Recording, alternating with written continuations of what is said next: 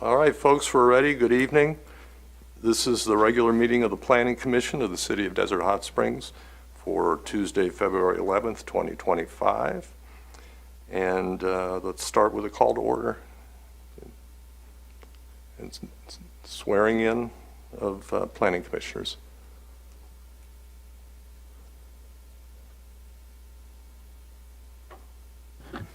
Good evening. So for members of the public, so we have 3 brand new commissioners to the Planning Commission as well as 2 returning commissioners. So we will start this meeting off with the oath. If I can have all 5 of you, please stand and raise your right hand. Okay. Do you, Theodore Parker, Christopher Wagstaff, James Nindell, Robert Rowe, and Joseph Lombardo, do you solemnly swear or affirm that you will support and defend the Constitution of the United States and the Constitution of the State of California against all enemies, foreign and domestic? I will. That you will bear true faith and allegiance to the Constitution of the United States and the Constitution of California? I will. That you take this obligation freely without any mental reservation or purpose of evasion? You do. And that you will well and faithfully discharge the duties upon which you're about to enter? We will. Thank you and congratulations. Thank you. All right, folks, our next thing on the agenda is the selection of chairman and vice chairman. We're being asked to appoint a commissioner to serve as chairman for 2025 and a commissioner to serve as vice chairman. Is there anyone who wants to make a motion? I'd like to make a motion. I would like to nominate James Nindell as the chairman and Chris Wagstaff as the vice chairman. Second. Members of the commission, if we can take each separately. Okay. James Nindell is chairman. Okay, so this first one I'm sending over is for chairman. So the button's on your screen. So Commissioner Rowe, if you would please tap on move. It'll show up.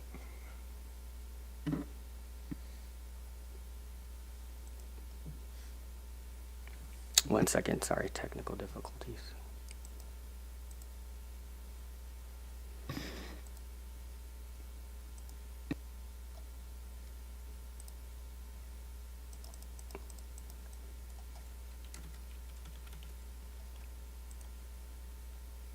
Okay, now do you see the buttons?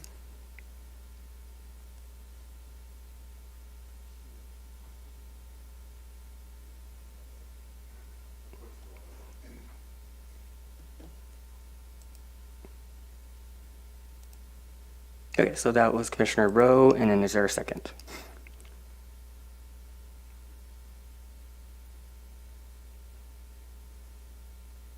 Seconded by Commissioner Wagstaff. Please vote.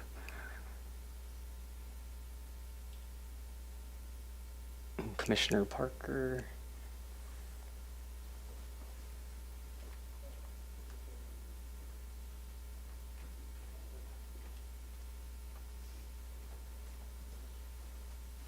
Okay, motion passes unanimously.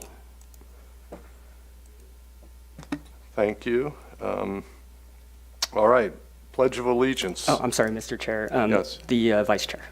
Oh, I'm sorry. If we could ask for a motion for nomination and motion for Vice Chair. I nominate Chris Wagstaff for vice chair. Okay,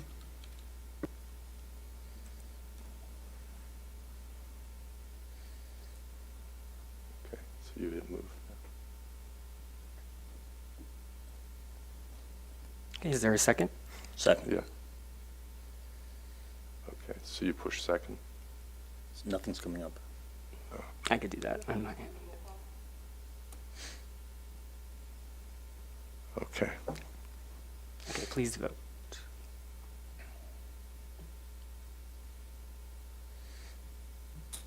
Motion passes unanimously. Okay. Now we say the Pledge of Allegiance. Commissioner Lombardo, you said that you would lead us.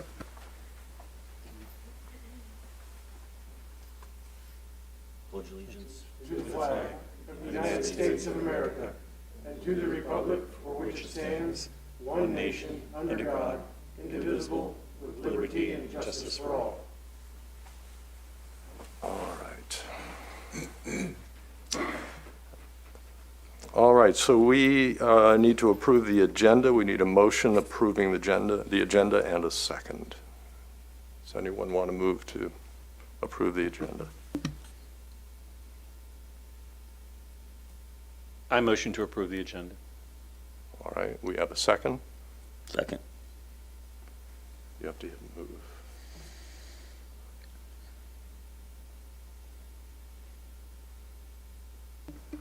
Who was the second? Who seconded it? Did you second it? Can you push the button for a Mine second? says moved by. There we go. Now 4. Oh, okay. There we go. All right, so now we vote. Motion passes unanimously. Okay. All right. Next on the agenda is Planning Commission regular meeting minutes from the last meeting of November 12th. And since 3 of us are new, we're not going to approve these We could minutes. we could go ahead for the 2 of you who are here.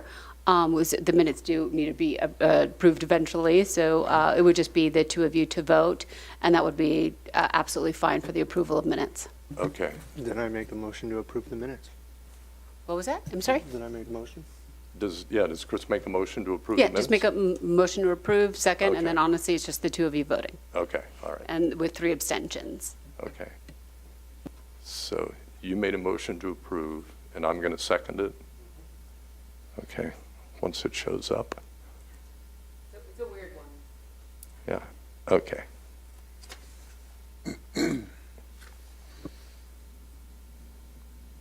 Okay.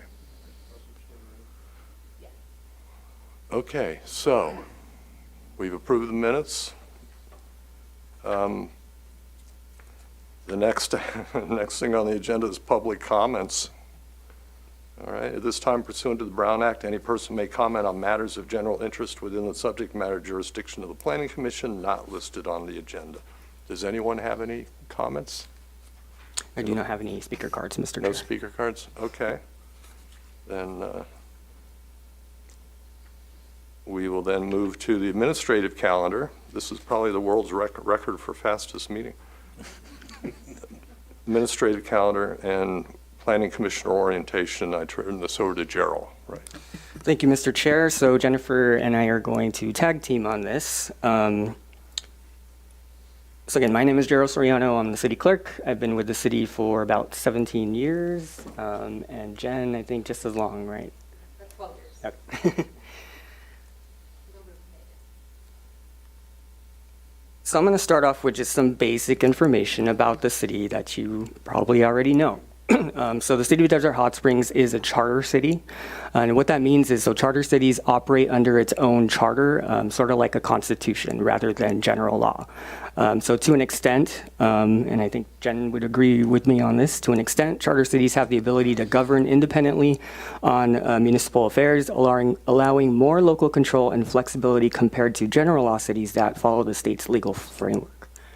As you know, the city was incorporated in 1963, and we operate on a council-manager form of government. And so what that means is a council-manager form of government, like most cities in California, is a structure used by many municipalities where the council sets policies and the appointed city manager oversees administrative operations. The city council is the elected body responsible for legislative functions such as enacting ordinances, adopting budgets, setting policy directions. The mayor may be part of the council, or the mayor is part of the council, typically serving a role either as a figurehead. City manager is a appointed professional responsible for managing the day-to-day operations, implementing council policies, and preparing the budget. I sort of like to compare it to like a company. So the city council is essentially like the board of directors, and the city manager is like the CEO. City council is comprised of 5 members, so 4 members that are elected by district that serve a 4-year term, and then we also have a directly elected mayor that serves a 4-year term with a term limit of 2 terms.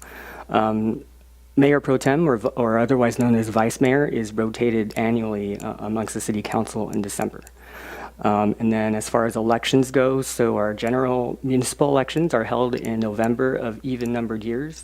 And then in the January following the election is when commissioner terms start over again, and that's why you all are here. Here's an overview of our organizational structure. So like I described in the previous slide, you have the citizens or the voters of the city that elect the mayor and city council. The two positions that the mayor and city council hire are the city manager and the city attorney. And then under the city manager, you have the deputy city manager and the assistant city manager, and then the various departments and divisions that fall under each of those two. So now I'm going to turn it over to Jennifer, who will talk about things that we are mandated to do. So here on the slide, we have three things. By the way, as a planning commissioner, you will be getting a huge 2-hour lecture pretty much in compliance with AB 1234 on ethics and the Political Reform Act, the Ralph M. Brand Act, and other transparency laws. So those are required to be taken by the Planning Commission once every 2 years. So the first thing is the Political Reform Act, and this is basically going to be your ethics laws and conflicts of interest. And two things about this. Number one, you need to file your Form 700s for if you haven't done so already. I think they're due April 1 this year? April 1st for Chairman Indell and Commissioner Wagstaff, and then for the three new ones, they have to file an assuming office statement, and it's due 30 days from today. Thank you.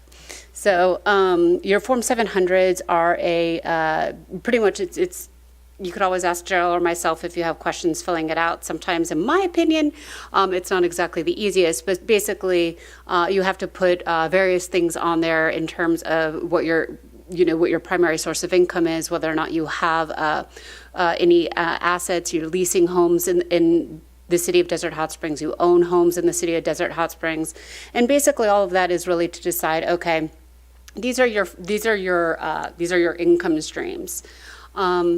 And the reason why that's important is because the public needs to know pretty much not all of your income, but they need to know what you need, whether or not you have a conflict of interest in anything that you might be voting on. And a conflict of interest really can stem from a multitude of things. Number one would be a property interest. And again, you're going to be getting tons of information on this. I'm just kind of throwing it out there. But property interest, a kind of income that you get from a business, etc. And the main thing that I always tell people when I do the trainings, because I will do the trainings on these, is you always want to make sure that you have the city's interest in mind before yours, right? So you are here as a representative of the city, you are here to represent the public, and you always want to put your interests second or last, aside from that of the city's. So if you know, for example, that a big development is going in right next door to your house, the next property, you would be precluded from voting or participating in the vote or influencing the vote because you would be assumed to have a conflict of interest on that development. Again, there's going to be lots of information on conflicts of interest. Some of it, in my opinion, is a little bit counterintuitive, but nevertheless, you are required to know the laws on the conflicts of interest. And if you don't, if you have any questions whatsoever, you could always come to me and I could do an analysis for you. The main thing is, though, as I said, you always want to put the city's interests ahead of your own. So if you even think like, oh, this could affect me or it could affect my property, come to me, let me know, and we could do an analysis to whether or not you need to recuse from the vote. Anything else really on conflicts, Form 700s? Form 700s, they do need to be filled out. If you have any questions, definitely ask Gerald or myself. As I said, they're somewhat convoluted, in my opinion. Anything else on those? Yeah, the FPPC also has an advice line that you can, also reach out to and get a formal opinion on whether or not you have a conflict of interest on a matter. The advice that I like to give is, I'm not I'm not qualified like Jen to give advice on whether or not you have a conflict, but what I always tell people is that it's better to over disclose than to under disclose. Yeah, absolutely. You don't want to find yourself crossways with the FPPC. So again, you'll be going through a big fun training on that one. Next is the Brown Act, and the Brown Act is pretty much the open meetings law. Obviously, this is an open meeting. We are doing the public's business. Public has a right to know. Public has a right to be here. Public has a right to sit in the audience and ask questions, etc. And there's various laws within the Brown Act. It is a very long act, and again, its basic premise is meetings are open. We do not do things behind closed doors, except for the city council, under very limited circumstances. So for example, today the agenda was posted at least 72 hours in advance of the meeting. It gets posted in various places in the city, including our website.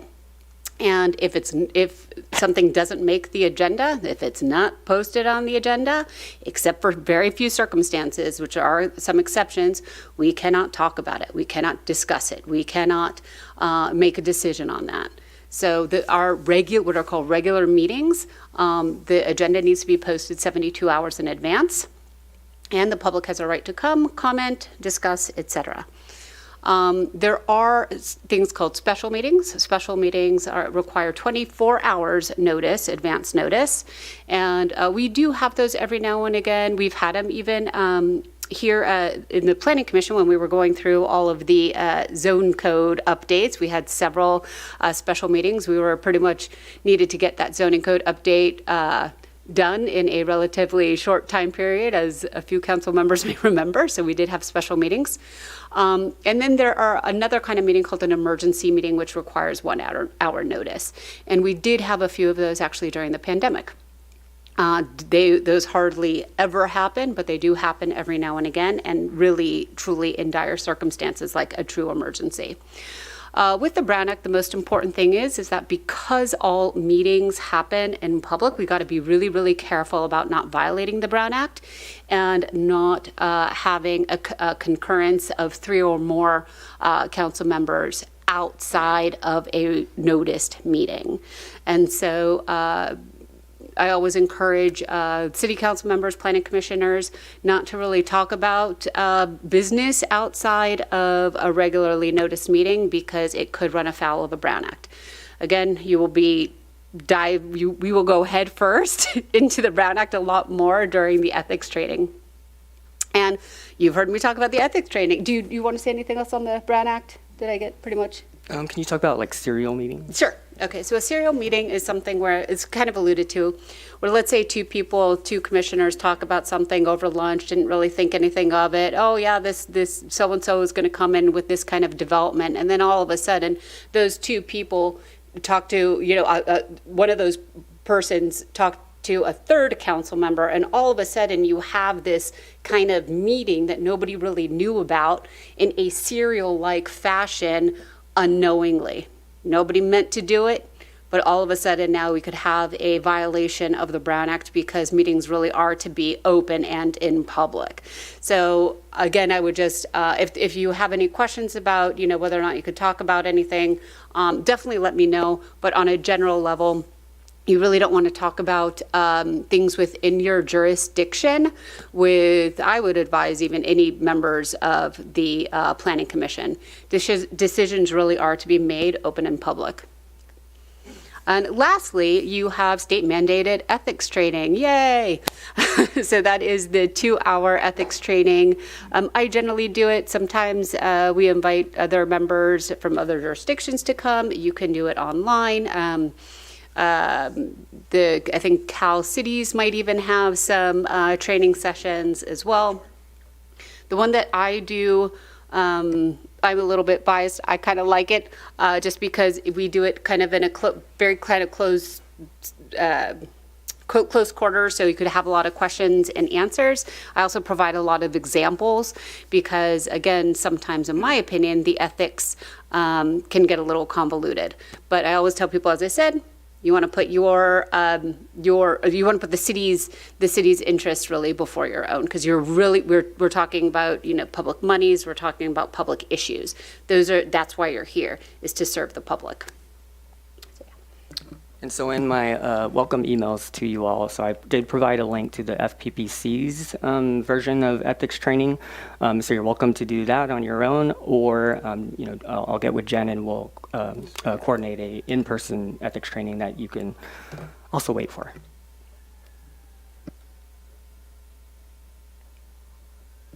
Okay, next we're just going to go over an overview of the Planning Commission. So again, I'll turn it over to Jen.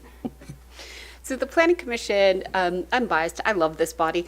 So the Planning Commission does so much for the city. The Planning Commission really hears mostly discretionary matters. You will hear things like and we talk a lot in acronyms, but you will hear conditional use permits, which are permits for a conditional use of property.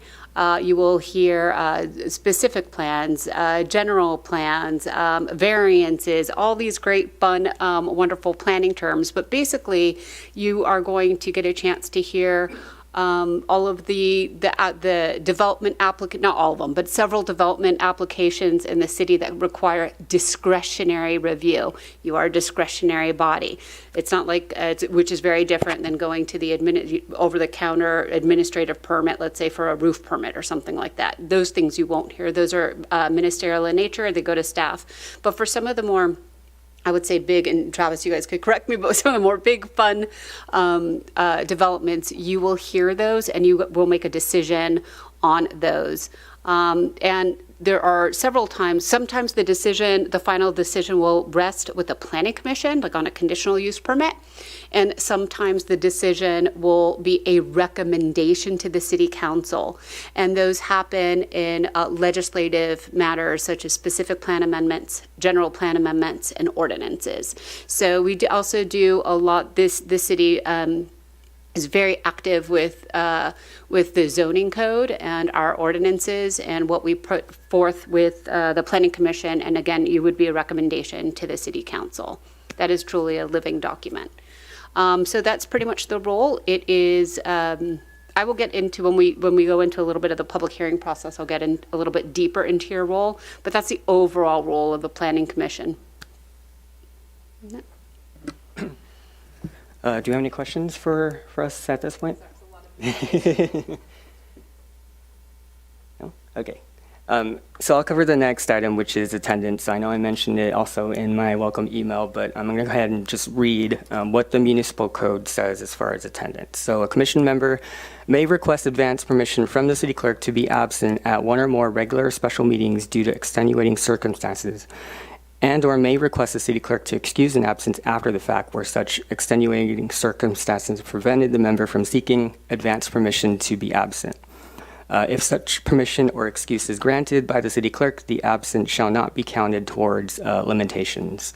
And those limitations are if a member fails to attend 3 consecutive regular meetings or 25% of the duly scheduled meetings of the commission within any calendar year, his or her office shall thereupon become vacant and be filled as any other vacancy. Any questions on that? Okay. Next item is meeting agendas and staff reports. So as Jennifer mentioned, each meeting has to be accompanied with an agenda, which are the items that the commission is going to be acting on. And then each item, there is an associated staff report, and then also like exhibits and attachments that consist of like studies and reports and et cetera. We've had packets up to 2,500 pages. You are expected to read every single page. I'm just kidding. But I would say, with that, the most important is read the staff report, because that'll summarize the item that's going to be before you. Agenda packets are distributed on the Thursdays prior to the Tuesday night Planning Commission meeting. We do electronic distribution, so I know I haven't issued any iPads yet, so we issue iPads. The ones that we have currently are very old, so I'm working with IT on seeing if we have the budget to purchase new ones, but those will be coming soon. Any questions on meeting agenda, staff reports, and maybe Travis and staff has anything to add? You covered it well. Okay. Public hearing process, Jen? So this is my favorite part. So the Planning Commission, in my opinion, is a very, it's a formal body. And I would even venture to say sometimes it could be even more formal than City Council. And what I mean by that is the Planning Commission hears hearings and decides on hearings. And similar to that of a judicial hearing, this is what's called a quasi-judicial body. You sit as a judge. That is, you have 5 judges instead of 1 in a courtroom. So that's what's here, was 5 judges. And what it looks like, and there's a very formal process to it, is staff will present a staff report. The Planning Commission has factual questions of staff, and then the chair will open the public hearing. You'll have testimony. Generally, it's the applicant, and then anybody in favor, anybody opposed, and then anybody neutral. We actually ask for people if there's nobody here, there's nobody here, and we just ask for everybody. But neutral as well. We want to make sure that everybody has a chance to be heard. It is a due process issue. So we're talking the Constitution, both the United States and California Constitution. It is a due process issue that everybody has a chance to be heard, and everybody has a chance to be heard unbiasedly. And I'll go into that just in a bit. Then after everybody has a chance to be heard, chair will close the public hearing, come back to the Planning Commission for a final decision. That's when the Planning Commission or the City Council, if they're a hearing body, will deliberate, can make thoughts, suggestions, say how wonderful the project is, how terrible the project is, whatever you want. All of that is to be done at the close of the public hearing. The reason why that is so important is the Planning Commission really has to be a neutral decision maker. You have to listen to all the evidence, the testimony that is brought before you, and you are basing your decision on the evidence that has come before you. Every now and again, somebody will go and visit the site and say, hey, I visited the site and, it's interesting. It looks like it's underparked. I'm going to just make something up. Well, you could visit the site. Of course you could visit the site. But when you come back and when you talk about your findings and your deliberations, you're going to want to disclose, hey, yes, I visited the site. So everybody has a chance to know. Everybody has the same almost testimony, if you will. Not that you're providing testimony, but basically you need to be a neutral arbitrator. You are making a decision on a very, very formal process. And so I encourage people to not comment, say, oh, this is a great project, prior to the opening of the public hearing. Because all of a sudden, if everybody's like, oh, this is such a great project and we don't even have testimony yet, it could discourage somebody who wanted to provide testimony, and now all of a sudden they're like, oh, well, decision's made, I'm not going to say anything. And so that is something that we don't want to happen. We want it to be a very inclusive process, but it's also a very formal process. And so sometimes, the chair will say, we'll go through the entire process, even though there might not be too many people here in the audience. You are allowed, of course, to have opinions. It's a hearing. However, only you would know if you have a true bias against a project.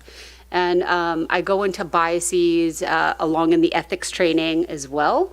But if you know that there's no way that you could be an open and impartial decision maker, let me know. I've actually had that happen once in my career. I've been doing it 22 years, so one time it happened where somebody said, you know what, there's no way on this planet that I would ever vote for this, ever. I can't, no matter how much testimony I hear. And I said, you know what, thanks for letting me know.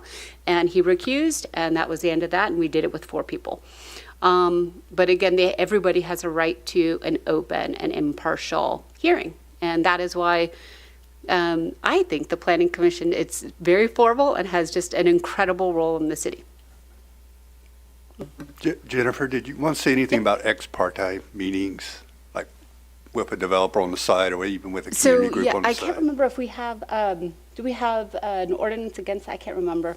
So what Travis is talking about is every now and again you will get, and again, this is where I get into a lot more on the ethics training, a developer will get very excited and want to talk with you about his or her project outside of the meeting. I'd have to double check our code as to whether or not we have a prohibition. Some cities do have a prohibition. I just can't remember off the top of my head. I would have to look, so I will look at that. Assuming no prohibition, you could talk to them. I caution planning commissioners to talk to a developer outside of a meeting. And then you would need to disclose that, yes, I spoke with the developer. She and I discussed X, Y, Z. And this way, the entire body has the same information. And if it is prohibited, again, I got to check the code on that, then we would obviously discourage you from doing that. And I will get that prior to our next meeting, so I make sure. Do you know off the top of your head if there's a code section on that? Not off the top of my head Okay. with Yeah, me neither, DHS, but I will- I know previous cities strongly Yeah. discouraged it. I would discourage it just because, again, the public hearing process is a very formal process. All right. So next I'll go over voting. Well, you guys already experienced that earlier. As far as voting, so we follow Rosenberg's Rules of Order. I did distribute to you all our City Council and Commission's meeting guidelines and procedures policy, and both commissions, the Planning Commission and Public Safety Commission, as well as the City Council, are expected to adhere to it, as well as a handout on Rosenberg's Rules of Order, and then a quick little cheat sheet on Rosenberg's Rules of Order. And then lastly, so meeting minutes, we've adopted action minutes here, so the minutes will reflect not necessarily what was said, but what took place. But to complement the minutes, we have streaming videos. So right now we're streaming live on the internet through our YouTube channel and our website. And then those videos are also archived for playback as well. I think that about covers it, and we're open to any questions. You know, it was kind of a lot of information at once, but we're here for any questions if you have, or I could also. Yeah, I guess I'll end with, city staff, we're here to assist you, and we all work as one team. I have one question. It's kind of a procedural ethics question. When can planning commissioners stand back there during public comments? Let's say we have to recuse ourselves because a developer's building a house next door to my house. I would have to recuse myself, but can I, in public comments, speak against it or for it? So, kind of a two-part question. If let's say you have a conflict, any kind of conflict, and the planning commissioner has to recuse. Normally what would happen is the planning commissioner would go outside the room and did not participate, influence, or participate or influence in the decision. However, being a planning commissioner does not strip away your First Amendment rights. Okay? So if a planning commissioner does want to speak against it for it or whatever, you could get up out of your seat and you could say that you are speaking as a member of the public and you're exercising your First Amendment rights, and you can speak for or against the project as a resident exercising your First Amendment rights. Technically, you could do that as a matter of law. I think I've seen that, once or twice? Maybe once or twice. It does not happen very often. That's a really good question. None of this strips anybody of their constitutional rights.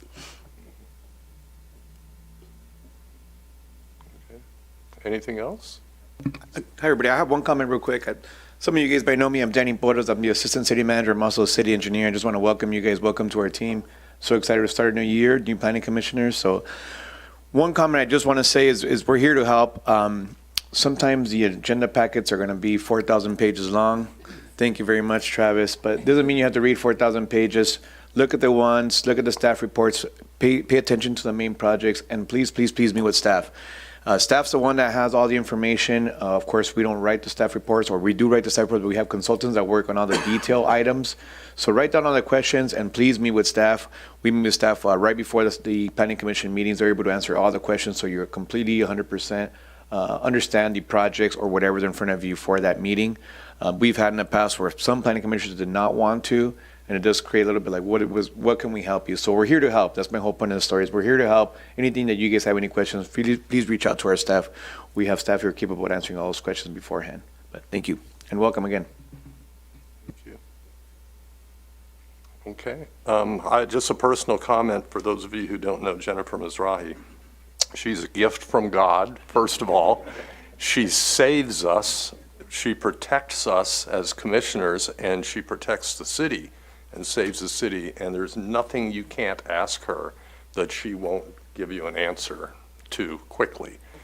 So please use her services. She's wonderful for us, and I'm glad she's back. Very glad. Thank you. So are we ready to move on to public comments? There are no public comments, I assume? Okay. Chair and Planning Commission member reports. I don't imagine anybody has a member report. Okay. Okay. Community Development Director report. And Gerald thought it was going to be a quick meeting, but Jennifer and I are here, so we'll have a couple of announcements to make. I was going to plug the Planning Commissioners Academy for 2025. It's going to be held in Santa Rosa, California, Wednesday, March 5th through Friday, March 7th.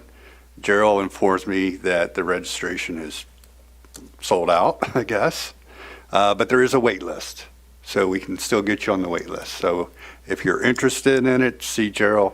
He handles all the registration, and if a spot opens up, it's a great opportunity to learn about the discipline from experts, but also your peers. That's where you're going to get a lot of information, is your peers that are doing the same job. So you guys are already on the wait list, just so Yeah. you know. The other announcement I wanted to make is the city has started to work with CVAG on what they call the CV Link Community Connections projects. As you know, we do not have CV Link in the city yet. There's been some preliminary planning and design on it. And we do not have the linkage that connects us north of I-10 to all the CV Link south of I-10. But CVAG has started a process to get input from you all and the public through workshops, online polls, and they're even going to have the ability through a mapping interface for people to draw their own paths and linkages and connections. So stay tuned. That's coming up. That'll be happening through the spring and in the summer. And then I wanted to kind of give you a little bit of heads up about what will be coming your way, called our annual progress report that we submit to Housing and Community Development each year. So as soon as the new calendar year starts, we submit a number of reports to both state and federal agencies saying, here's what we built this past year, here's how we did. And so we've got these preliminary stats here now. Just quickly run through them. On single family issued, we're about where we were last year. There was a drop in the number of completed homes, or as we say, finaled homes in the business. It was kind of a slow summer, but then things really picked up in the fall, especially October, November, December. So far, we're starting out strong, and we hope we'll keep up. Multifamily, a little bit better there, more units completed, almost double there. Residential, also about the kind of the same as last year.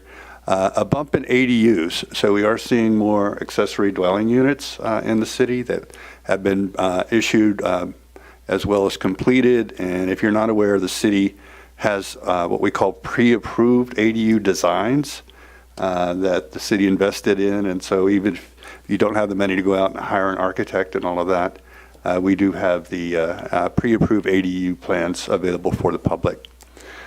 Commercial is about the same as far as new and then renovations.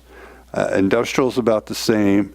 But I want to bring your attention to one number that really struck out to me, and that's valuation. So our permits are based on valuation. The plan check part and the actual building permit part is based on the value of the project.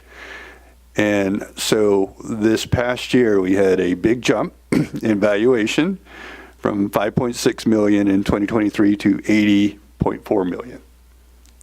Anybody tell me why that is? Amazon, yeah.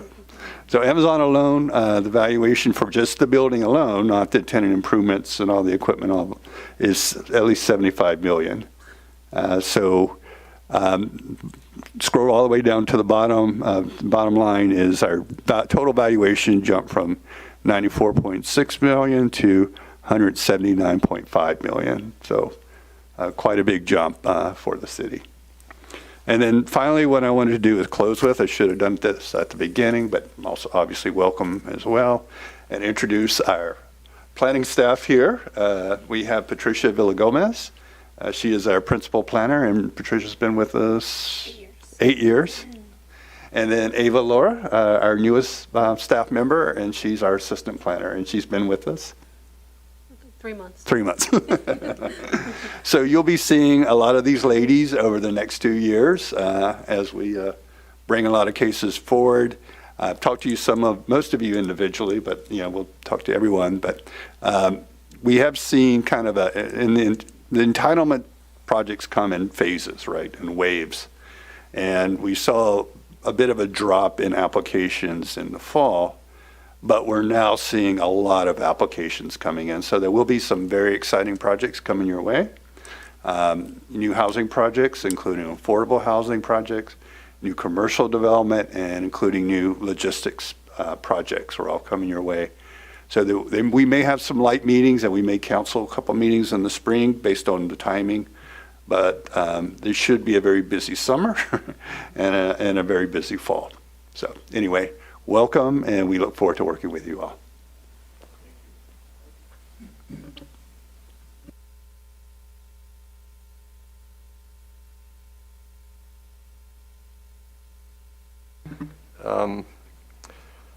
No more public comments. We can adjourn. Meeting is adjourned.